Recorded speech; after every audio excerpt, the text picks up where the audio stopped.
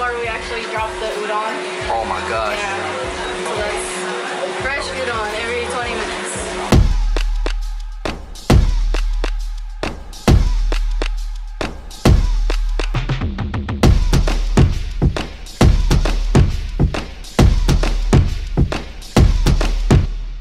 What's going on, everybody? Welcome to a very authentic Japanese experience episode of Fung Bros Food.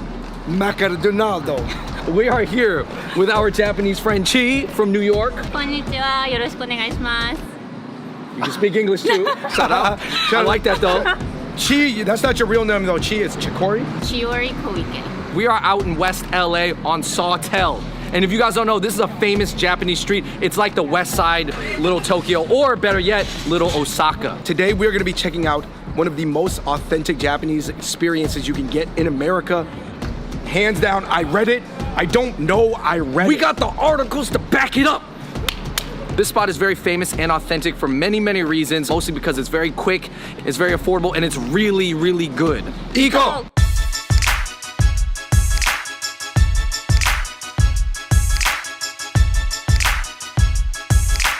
We're here with Makoto today at Marugame. Could you please explain to us how it works here? Yes, of course. It's a cafeteria style, think maybe Chipotle for udon. You come, you grab your tray, and then at the order station, you basically order what udon you want. And then you make your way down the line after you receive your udon and just get your favorite tempura or musubi items.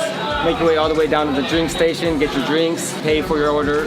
Once you're done paying, you can go to the complimentary topping station and get your free choice of green onions, cilantro, as much as you want. Not everybody that works here is Japanese, but people still say that this is one of the most Japanese experiences you can get.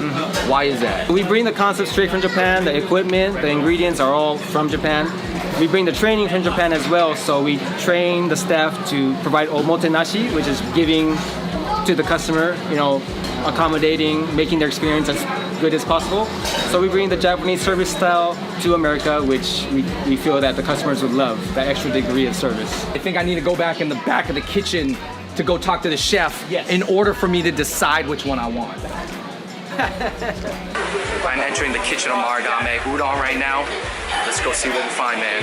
People are really cool. Shout out to them because not that many Japanese restaurants will let you back in their kitchen.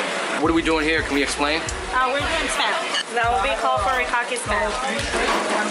Excuse me, miss. Well, what do we got going on here? So this is the noodle station in this fridge. It's the H udon.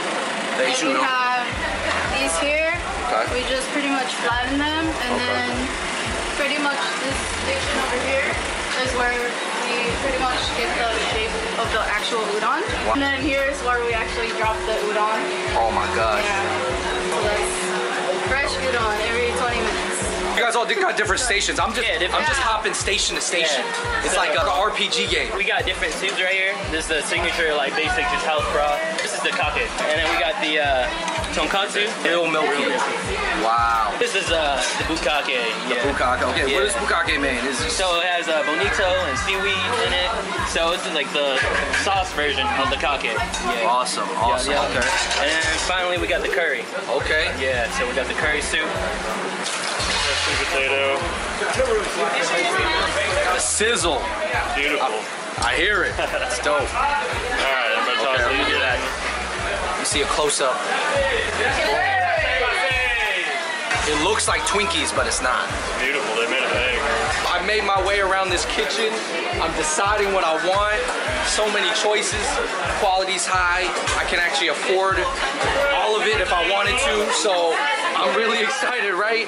Which one would I get? All right, so everybody said to get the champong. That's the one. Champong. I know what I'm getting. Mission accomplished here. Okay, what does what we grabbed say about us? I went ham on the tempura and I put some of the chili peppers on top because I wanted to make it kind of give me that Cajun fried food type feeling.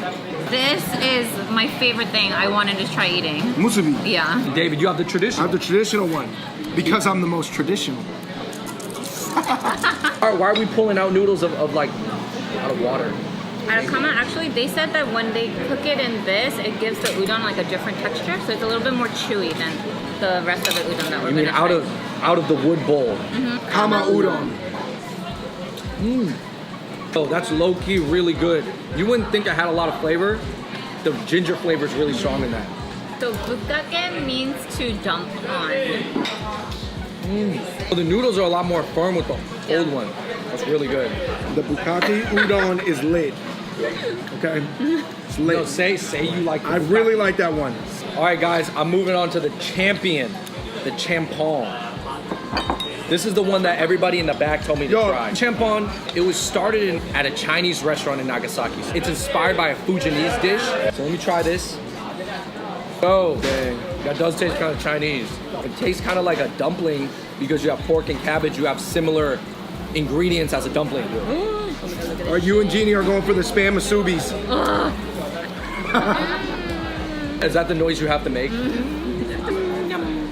you explain how the spam musubi is different? It's my first time having one. You never had spam musubi? No. What? Wait, what? Yeah. No, that's why I was excited to try it. Because spam musubi is, we eat these all the time on the West Coast. Very Japanese American. You guys eat this all the time? Spam musubis, yeah. I'm so jealous.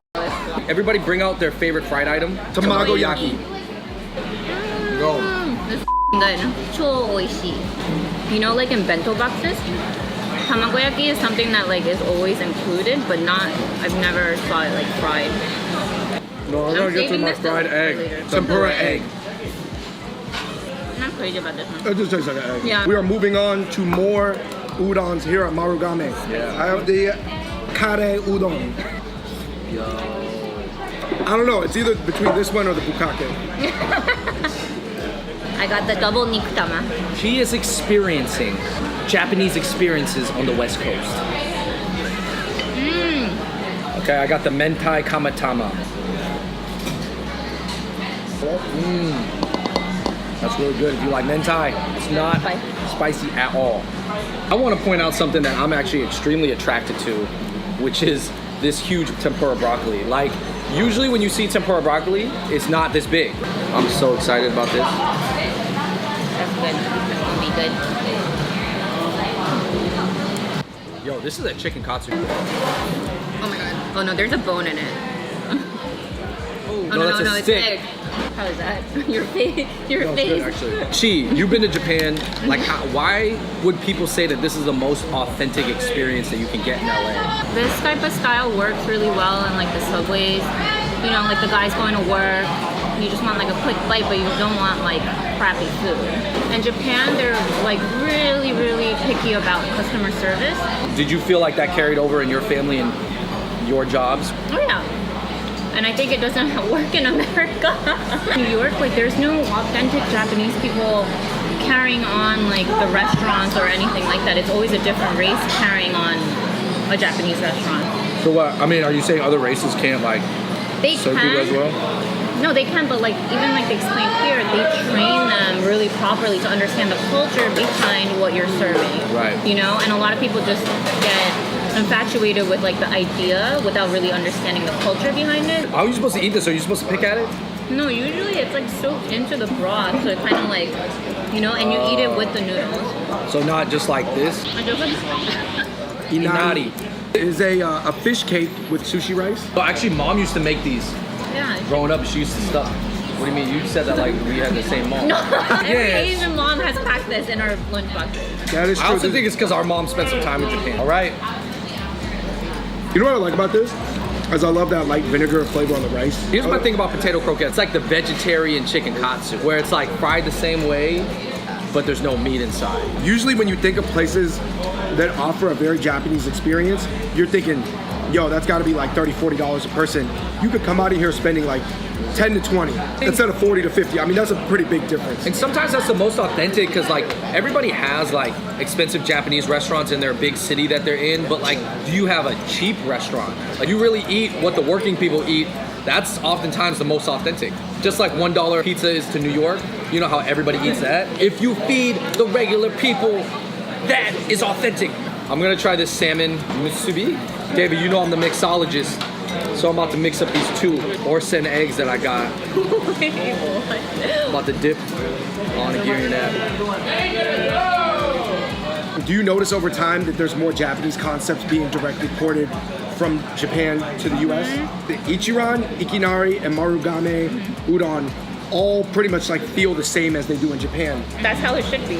Like green tea, right? You were talking about matcha? Yeah, Americanized green tea, that I take a little offense to because like green tea isn't just like a product. There's like a tea ceremony that's affiliated with it. And both of my grandparents are actually green tea teachers. Your grandparents were Green tea matcha farmers. masters. Are you just singling out like those white guys who did it? Because I feel like everybody's doing matcha everything. They Matcha are, lattes. but they're, no, that's fine. But like to put a bamboo whisk on a blender is like, I think it's just the green tea. I take it personally because I was like raised around it. But at the same time, I get it that like in order to introduce a culture to a different group, like you need to tweak it a little bit to have that like exposure at the same time. Make matcha ceremonial. I got an idea. Let's have a drink. Sake, 1 cup. You guys, I'm gonna be honest, when it comes to other cultures, I often Google things. Basically, in Japan, if you're pouring, you don't necessarily have to put your arm like this or anything, but you do have to have the label up, and it's a two-handed pour. Kalpiko sake. Straight face. Favorite udon. Kare udon. I think the Japanese curry has a really refined, subtle flavor. Obviously, I like other styles of curry too that have more kick and more spice, but it's just a nice, easy eat. I like the bukake udon. I loved actually the kama udon. The first one, it was like the simplicity and the ginger flavor. I really liked it. It's actually a flavor I don't have a lot. Orewa. No, I like the noodles from the other udons better than the kama. The kama udon felt different. No, so I like the dip for the kama, but I like the other noodles better because they're chewier. I prefer the chewier noodles. What was your guys' favorite fried dish or tempura? Spam musubi. the fried tamagoyaki. The tamagoyaki is something I've never had before, and that's why I definitely think you guys should definitely come check out Marugame. You're gonna try things that you can only try in Japan. No, Doug, you know what it was like? You know how at the carnivals out here they fry everything?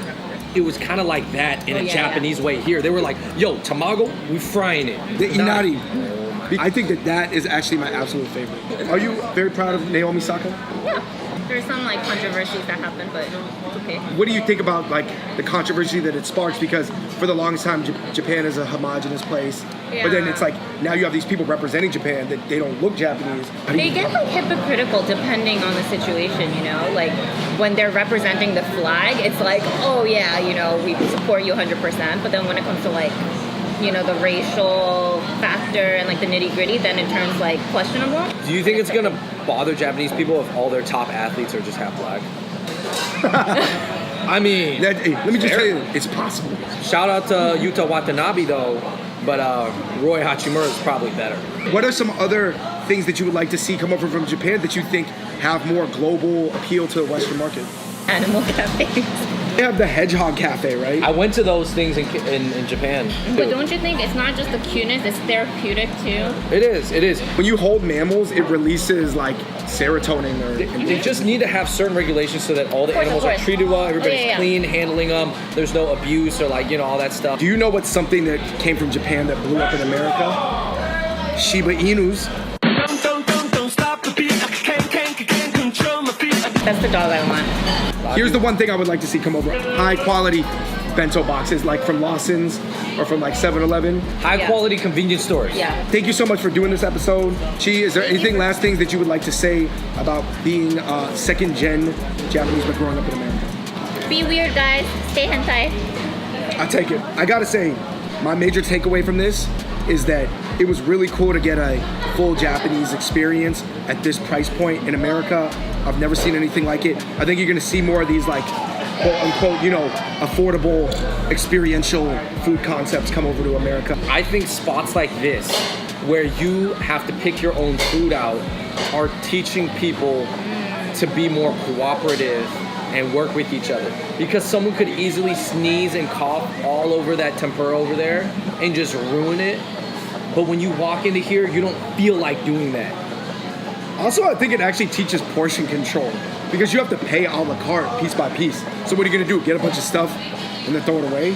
All right, everybody, thank you so much for watching that video. In the comments below, let us know if there's any other any other Japanese chains or spots that we should check out in the area, because we love to see the authentic Asian spots come over to America. Man, or if you don't have the time or the money to take a $2,000 flight to Japan, Just spend $15, come to Marugame. Hey. All right, shout out to Chi. Shout out to Jeannie. Just behind the camera. All right, everybody. Gochi so shamagesta. Yo, what's going on, everybody? Thank you so much for watching that video, and thank you for watching a lot of other videos, and thank you for subscribing because, David, we have just reached 2 million subscribers. 2 million! And we have to give a huge, gigantic shout out to our biggest sponsor of all time, for whom without them, none of this would be possible. I gotta give a shout out to our sponsor, you guys. No, seriously, you guys have been the sponsor of our entire channel. I mean, you know, we have other sponsors, but you guys have been watching the videos and subscribing, and it's not all about subscriptions. Obviously, it's about engagement, it's about the people you touch, it's about the comments, the ups and downs, and everything. I mean, you guys, just meeting you guys in person and connecting with you guys, that's what it's really about. I think it's so rare for people to be able to touch the lives of people that they don't physically meet. You know, open somebody's eyes or educate somebody or just give somebody something funny for, you know, in a way that they enjoyed or was accessible to them. 2 million people around the world at least know who Fungos are or like a video enough to have subscribed. It just means so much. And you guys, we are gonna keep going. We got a lot of cool stuff coming up. We got a memberships channel right now. Please click join if you guys want some exclusive podcasts, exclusive material. Just check it out. And also turn on your notifications because we got new videos coming out. For 7 years, we've been making videos consistently. So we have some new formats coming. We're gonna bring back vlogging. And I will say this, closing up, because I don't want to talk too long, but one thing and one goal that we have that we're gonna accomplish in the next few months is to be more personal with you guys. And we are gonna share more about our lives and our thoughts. I gotta give a huge shout out to Nelson Chan from Hubalai. We have too many people to thank, man. I don't even want to thank all the directors. Richie, Tim, all those guys, Nelson, Will Smith, Vince Carter, all right, guys, thank you for everything. And until next time, we out. Peace. Anything you say Japanese sounds like a samurai. You put your like gut into it. Because maybe I'm part samurai. Maybe. Bushido.